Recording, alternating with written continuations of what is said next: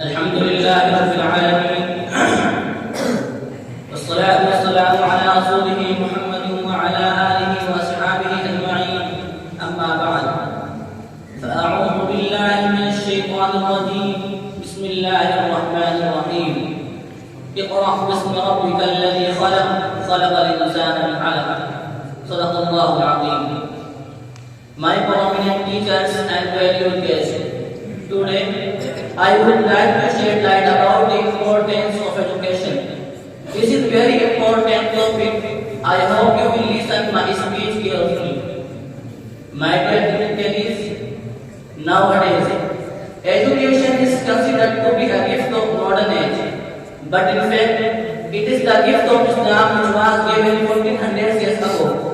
Because when the Son of Islam was enlightening the world was passing through the dark years of history. Ignorance was prevailing all over the world. There was neither a school nor a college and library at that time. Islam laid down the foundation of education, and Islam emphasized nothing more than education. Seeking knowledge is a sacred duty and is obligatory on every Muslim, both male and female.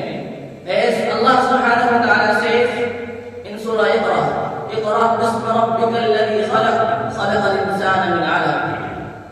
Read with the name of your Lord who has created, He has created from a cloth. My dear audience, these are first verses of the Holy Quran which was revealed to our Prophet Muhammad sallallahu alaihi wasallam from Allah.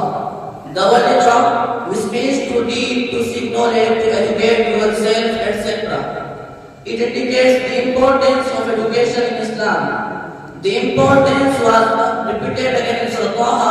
Almighty Allah subhanahu wa ta'ala says, chapter 20, verse 114, وَقُلْ رَبِّ زِدْنِي عِلْمًا. My Lord, increase me in knowledge. My dear comrades, this verse indicates that whatever we know is limited.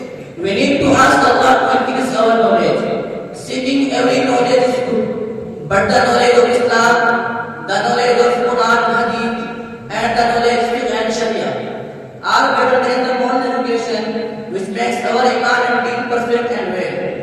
And it is mentioned in Surah Al-Fatihr, chapter 35, verse 28. إِنَّمَا يَخْشَى اللَّهَ مِنْ عِبَادِهِ الْعُلَمَاءُ إِنَّ اللَّهَ عَزِيزٌ غَفُورٌ. Truly, only those who fear Allah from His servants who have knowledge. Indeed, Allah is exalted in might and forgiving.